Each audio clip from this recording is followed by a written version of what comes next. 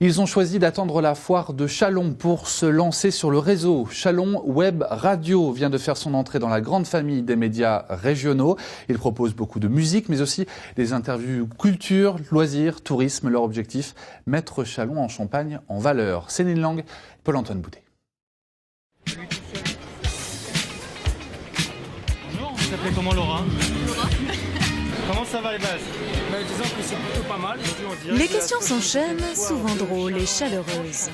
Et quel est le but de cette boisson?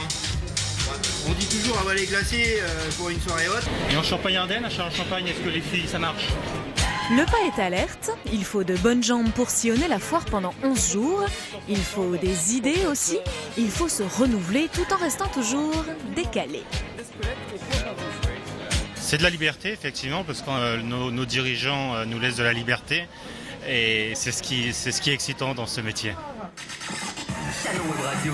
Châlons Web Radio. Bienvenue donc dans les studios de Châlons Web Radio qui compte déjà 3000 auditeurs par jour, dont un même, paraît-il, en Corée du Nord. Marie-Ange sur Châlons Web Radio.